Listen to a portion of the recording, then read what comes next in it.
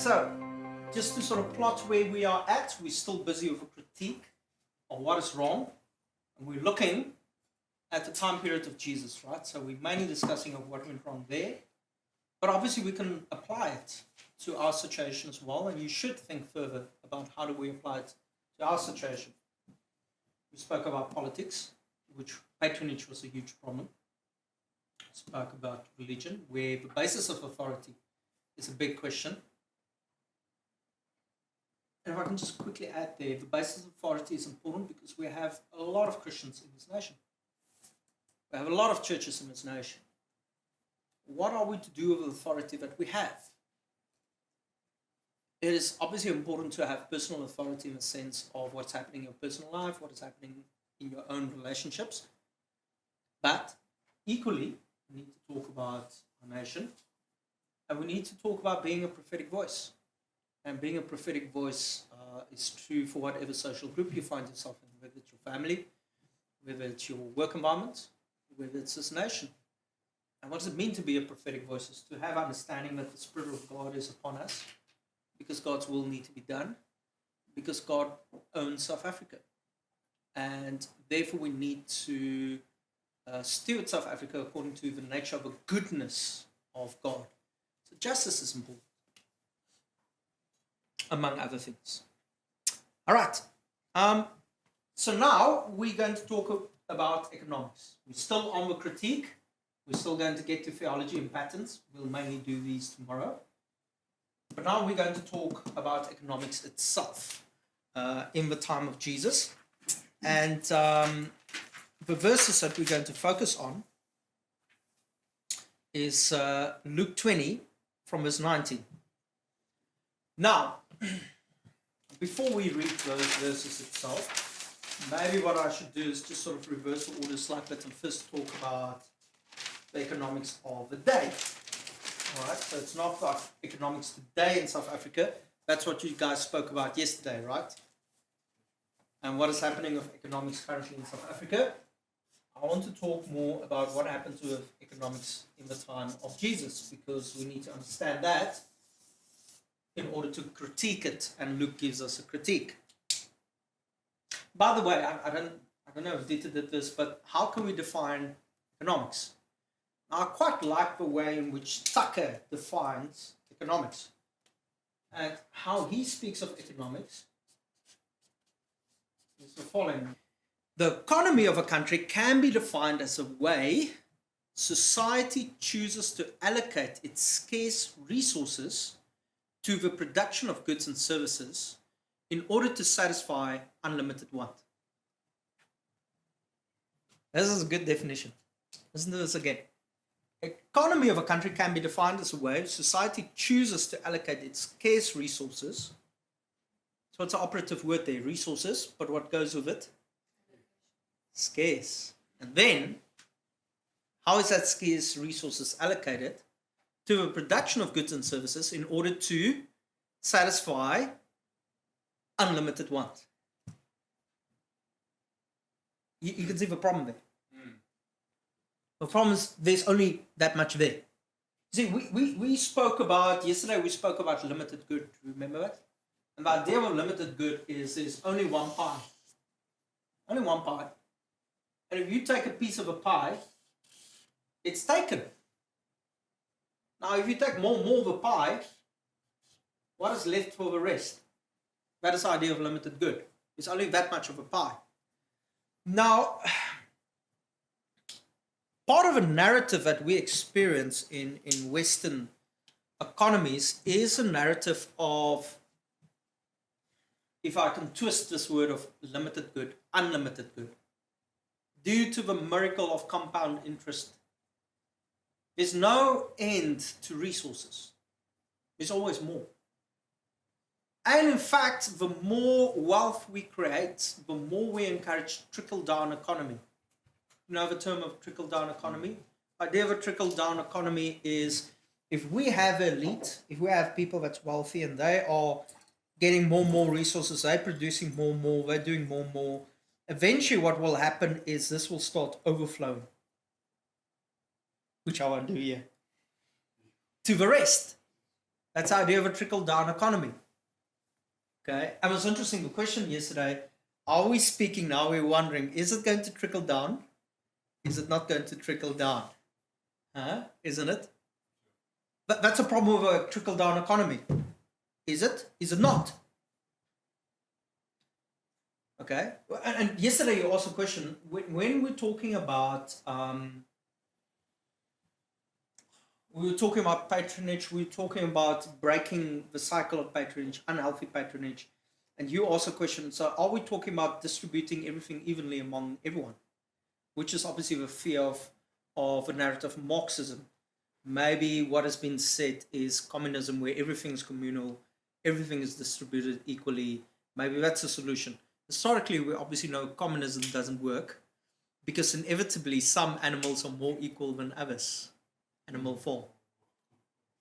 Right? We start with communism, we end up with an elite in the Soviet Union, and some animals turn out to be more equal than others.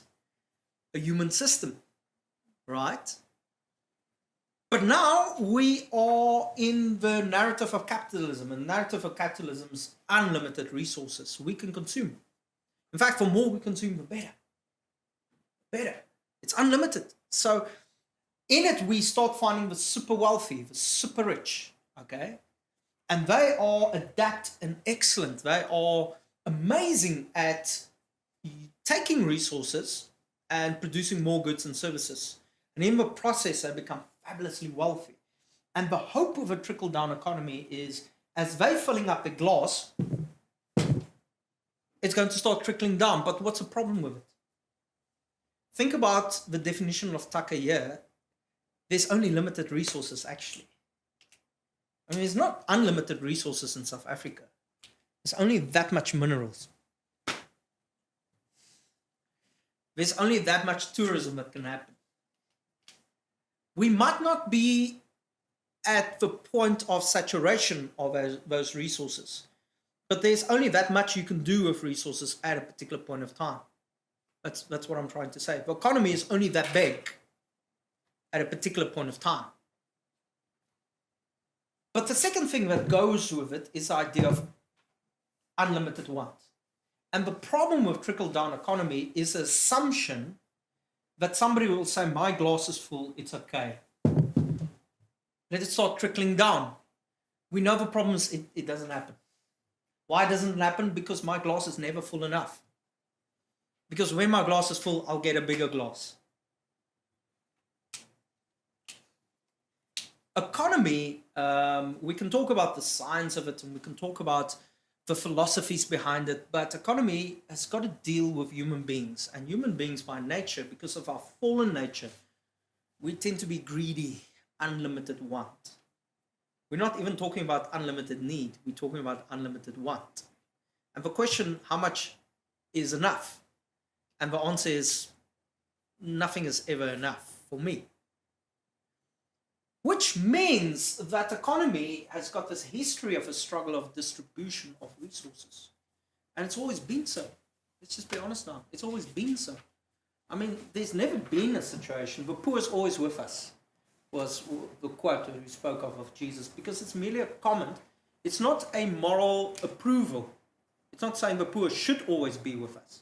It's just saying it's a reality of human beings as is, of civilization as is, that the weakness of humanity and our moral systems is encoded in our economy as well. So we have that much resources, we always want more. How then does it get distributed? And that's the problem. Now the narrative today is capitalism, and that's the solution to everything, because capitalism magically will produce more resources, but that's not true in an absolute sense, because there's only that much resources. And we're only able to use that much resources at a given time. The real problem is not though the resources, the real problem is the issue of unlimited want. And who wants what when. Now, in the time of Jesus, how economy worked like, wasn't that it was capitalism. What it was at that stage is agricultural economy. Okay?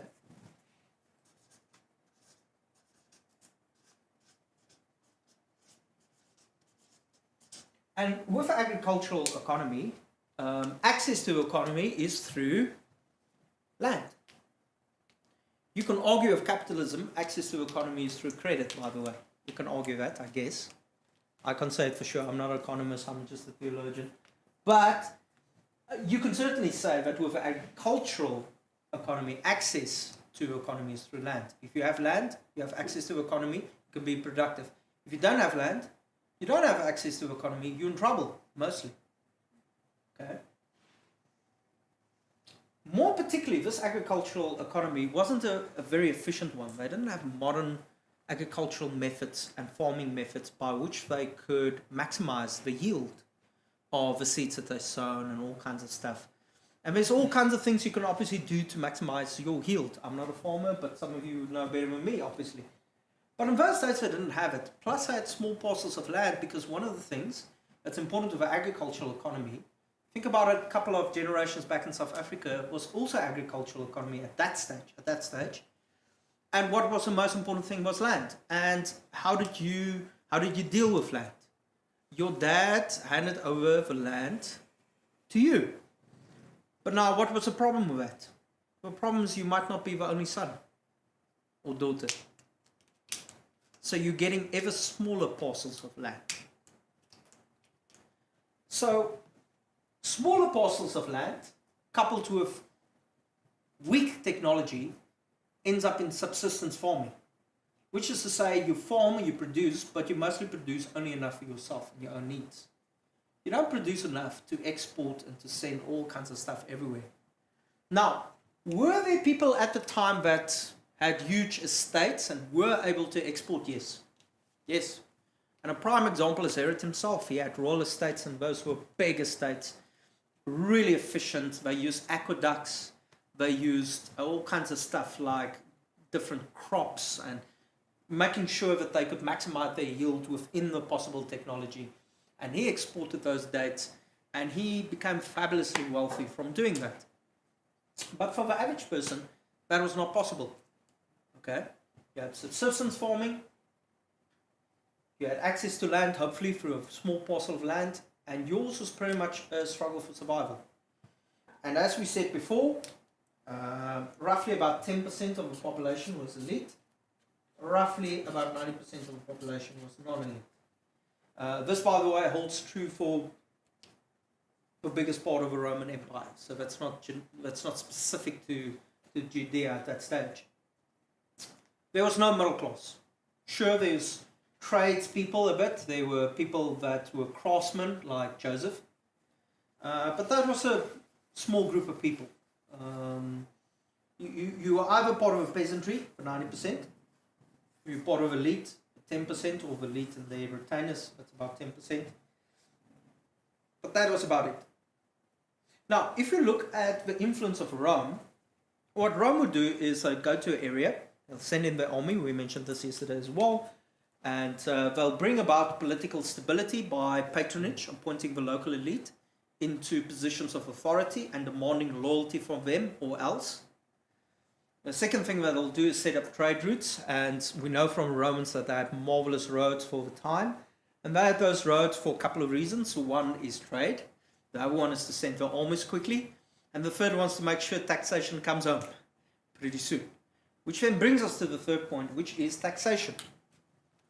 So taxation, the idea of taxation is that people in a country pay a percentage of their income to the local government, and that the understanding is that the local government uses that funds for the benefit of everyone. That's sort of the idea of taxation. Now, there was three forms of taxation in the time of this time of Judea. Three forms.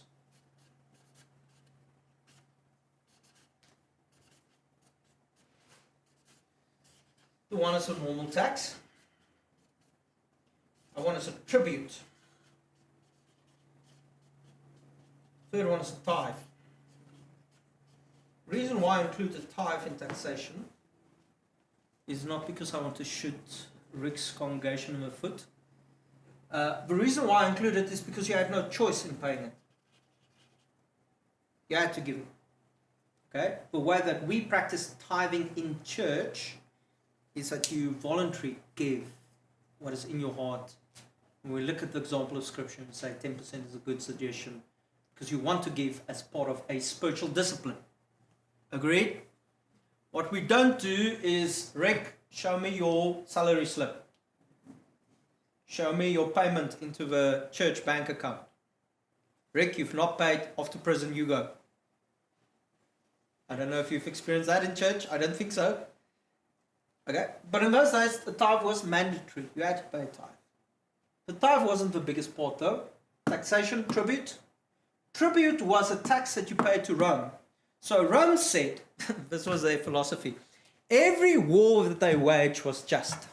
That is now, does that sound familiar, by the way? Because that's what America would say currently. Every war that they wage is just, whether other people see it or not. The Romans went one step further. They said, because every war that we wage is just, the people that we conquer must pay us for the war we wage against them. That's called the tribute. Can you see that's insult to injury? These guys did not just destroy your lands, because, I mean, they don't walk through there and go like, hi. I mean, they'll destroy places. They'll destroy villages. They'll destroy farmlands. I mean, if you send in a big troop, what do? They destroy your crop because they eat it, or they burn it. They destroy your livestock because, guess what? They eat it, or they burn it. They raise your village, raise your city. So when they're done, there's huge destruction. You've got to rebuild on your own cost. Not only that, you need to pay them for the privilege of them destroying your place. That's how a tribute works like. And tribute normally has got bad consequences. Think even during the First World War, where Germany had to actually pay reparations, war reparations. Now, obviously what's a bit different here was Germany was very much an aggressor in the First World War. And because they were aggressors, so this is very different from Rome is normally the aggressor. And they say it's just, so you have to pay. What was a bit different about the First World War, Germany was pretty much part of the aggressor. They lost the war, and everyone said, because you're the aggressor, you need to pay reparations. But that created a lot of instability that gave position for the rise of a person like a Hitler. It's just, historically sort of acknowledged. That contributed. That social instability contributed. And we see something of that in Judea. Because of the instability that it causes, you find all kinds of problems arising and social instability arising because of that. Now, it is unsure how much of a percentage this was in the end of the day for the average person. So if you read different sources, I'll give you different estimates, and it's just because there's not enough evidence. We don't know for sure. But most people would put it between 25 to 45% of your income. What's the problem here? In South Africa, if you earn sort of middle class salary, you sort of get very close to 25%, if not more. Obviously, if you go to a higher salary, you'll definitely get closer to 45%. Okay? And obviously, no one ever feels they pay too little taxes. I've never heard anyone saying, man, I did not pay enough for sauce. I haven't heard that one. I've heard a lot, but I haven't heard that one before. Is it 45 or 95? 45, sorry. Yeah, 95 would be a killer, hey? We'll just say my handwriting is a killer. But what's the problem here? If 90% of a population is peasants, that means 90% of the population is doing subsistence farming. Subsistence farming means you produce very little surplus. Now, whatever little you produce to support yourself, plus a little bit of surplus, is taxed this amount. What happens? You don't make it. Eventually you go under. So with this, and we spoke about it yesterday, we find a lot of homelessness. People lose their land because they go into debt, because all it takes is one knock to knock down the house of cards. So maybe a drought, maybe a crop failure, maybe pest, whatever may go wrong. You have to take out debt to sort of try and survive on the land. You can't repay your debt because you're already under severe strain. what happens? You lose your land. Or you live in severe poverty. When you lose your land, what do? You're homeless. So people revert to crime, banditry. You've got lots of social instability happening right there. This is the problem. This was a problem that people faced, that most people faced in the time of Jesus. The Jerusalem elite, they did not face this problem. They were wealthy. They were well-to-do. If you go to the upper city of Jerusalem, you look at the archaeological remains, they had vast houses. They lived opulently. If you look at the temple, it was opulent. Wealth. But for the vast majority of people, they don't experience that. Is it then surprising that Jesus says, blessed are the poor, and woe to the rich? Right, so that's the economy of the day. Now, let's go back to the text. Any questions about this before we go to the text? Right, everyone still with me? Everyone alive and kicking? Right, we're going to the question of paying taxes. Right, you can see taxes is already a huge issue. Now we're going to this issue. Now remember Luke 20, we spoke about it being a series of challenge and riposte. This is the second cycle of challenge and riposte in Luke 20. And who's doing the challenge and riposte? The chief priests and scribes. The scribes and the chief priests sought to lay hands on him in verse 19. At that very hour, for they perceived he told this parable against them, but they feared the people. What is this describing quite well? Our honor culture, is it not? They are fearing the opinion of people. Did the people really have the power to do some sort of revolt against them or kill them off? Why did they fear the people? I guess you can say maybe it was so unstable at that stage that they genuinely feared that people would have an uprising around Jesus and there would be political violence. I guess that's one option. And you know, I can't really, we're guessing here, right? Okay, we're guessing. So that's certainly an option. But I also would say they were fearing the opinion of people. All right, and we're in this funny position with a chief priest, because who do they fear? Do they fear God? Do they fear their Roman overlords? Do they fear the people? Who do they fear? I would argue, if we look at the text, what Luke is saying here is they fear their Roman overlords, they fear the people, but they don't fear God. Now, in the midst of this, so they watched and sent spies who pretended to be sincere, that they might catch him in something he said, so as to deliver him up to the authority and jurisdiction of a governor. So they asked him, Teacher, we know that you speak and teach rightly, and show no partiality, but truly teach the way of God. Is it lawful for us to give tribute to Caesar or not? But he perceived their craftiness and said to them, Show me a denarius. Whose likeness and inscription does it have? They said, Caesar's. He said to them, Then render to Caesar the things that are Caesar's, and to God the things that are God's. And they were not able in the presence of the people to catch him what is said, but marveling at his answer, they became silent. So, again, we find the whole story of honor here. Okay? Jesus, in the first cycle of challenge and riposte, rebuked them through the parable of the vineyard, the owner of the vineyard, or the wicked tenants is the other name that's given to it. And they infuriated because they know that Jesus is talking about them. Jesus is saying, you have no authority. You might be the custodians of the temple, but true authority rests with me because I'm the Son of God. I mean, that's just boom, in your face. And they infuriated by that. And they sought to lay hands on him that very hour, but they caught in a bind because on the one hand they're fearing Caesar, but on the other hand they're fearing the people, honor culture. So now what they try and do is they take it one step further. Instead of just trying to rob him of his honor among people by asking him where does his authority come from, now they want to kill him. And they send somebody else, so that it looks like it's not them. They send somebody else, they send spies, so it looks like, hey, they objected, they're sort of on the side. But they ask a question that is very crafty because they hope that one or two things will happen here. They either hope that Jesus would negate and say, don't pay Caesar. In other words, he negates his own teaching about the covenant of God. And therefore people will just say, no, man, you're a supporter of Rome. We're walking away from you. Or probably what they're thinking, because it says here, they are asking this question to deliver him up to the authority and jurisdiction of the governor. They're thinking, look, this guy is not going to step back and say, pay Caesar. What he is going to do is going to say, don't pay Caesar. And the moment he says that, that is an indication of revolt. Now, I do need to say as a bit of background information, the Romans pretty much left you alone if you paid tribute and tax.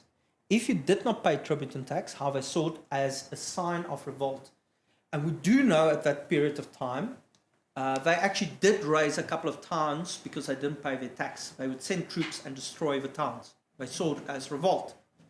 So these guys knew that if Jesus said, don't pay the tax, he's dead. They're trying to trap him, in other words, in a trap he cannot escape from. Okay. So that is the background. They first build him up a bit. They say, you're a teacher. You always say what is right. You know the word of God.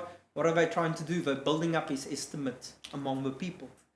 So that he now is forced to give an answer from what he sees in Scripture.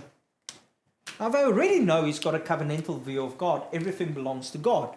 So assuming he's going to say, don't pay Caesar.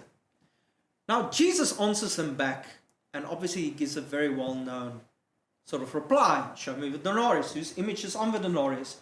They say, well, Caesar. So then he says, well, give to Caesar what belongs to Caesar. Give to God what belongs to God. Now that is a very well-known saying. Even if you're not a Christian, a lot of people know that saying. All right? It is catchy. It is powerful. The question is, what does it mean? Now, there are three possible meanings to this. To the saying. I'm saying there's three options in terms of how can we understand it. The first option is called the two kingdom option. I'll explain it as once I've finished all of them. The second one is the so-called ironic explanation. And the third one is the anti-zealot explanation. Right, so the first explanation, two kingdom explanation, is there is a kingdom, a political kingdom, a material kingdom that belongs to Caesar. Everyone with me? There's a spiritual, non-material kingdom, the kingdom of God. These two kingdoms might overlap, but they coexist. So do what is right, pay your taxes to Caesar. Do what is right, give tithes to God. You've heard that one? That is one possible explanation. Everyone with me? What's the problem with that explanation? There is a problem. What's the problem? Separating the two worlds. Separating the two worlds. Go on. You're on the right track. Because in their culture, politics and religion wasn't separated. They saw it as the same thing. Go on. You're on the right track. That's where you stop. Let's go on. He's on the right track. What's the problem here? If we talk about a covenantal view of a land, what do we mean by that? Everything belongs to God. That's a problem. And that brings us to the second one. Ironic explanation. The ironic explanation says Jesus is using irony here. He's not giving them a direct answer. He's posing them a question. If nothing belongs to Caesar, what should you give to Caesar? Nothing. If everything belongs to God, what should you give God? That's an ironic explanation. This is a compelling explanation because it, certainly in a Jewish understanding, everything belonged to God. In our understanding, everything belongs to God. Agreed? I mean, are we going to arm wrestle about that one? Huh? But there's a problem in the text. Remember now, these guys predicted a certain answer from Jesus. Okay? And their prediction was, he's going to say, don't pay Caesar. That's their prediction. Because they have a certain aim here. They're not asking this question because it's Bible school and they really want to know, it's tax season, and they really want to know, SARS is killing them, should they pay taxes or not? It's just, I want to be obedient to God, please help me here. Okay? That's not the question. They're asking this question because they want this dude dead. Agreed? So they're predicting a certain answer. In the text, what's the problem if Jesus said, you know what, please pay your taxes and please pay your tithes? What would be the problem in the text? You're denying a covenantal view of God. They would not, because remember here, it says, they were not able in the presence of people to catch him in what he said, but marveling at his answer, they became silent. Who do you think would have become silent if Jesus meant, please pay your taxes to Caesar? Who would have become silent? The crowd. Because they're suffering, man. So there's a problem in the text with this line. Now, let's just quickly be honest. This is a line most churches today would talk about. Please pay your taxes, please pay your tithes, let's go home. I mean, this is the offering message of the century. But there's a problem with the text with this one. But there's also a problem with the text with this guy, the Aaronic explanation. What's the problem with it in the text? Because remember, Aaronic explanation says everything belongs to God, covenantal view, everything belongs to God, nothing belongs to Caesar, because who is Caesar in comparison to God? Nothing. Hence, nothing belongs to Caesar. Hence, when you give back to Caesar and he owns nothing, what should you give back to him? Render, that's what it means, give back. Apodote is a Greek, give back. What should you give back to? Nothing. What's the problem with the text with this one? Huh? No. What would the response be of the enemies of Jesus if this is the right interpretation? They would have rejoiced. They wouldn't fall silent. They wouldn't go oopsie. They would go bam bam. Yeah, they would have had They would have had a case against Jesus. yeah. They'd say, this guy isn't involved.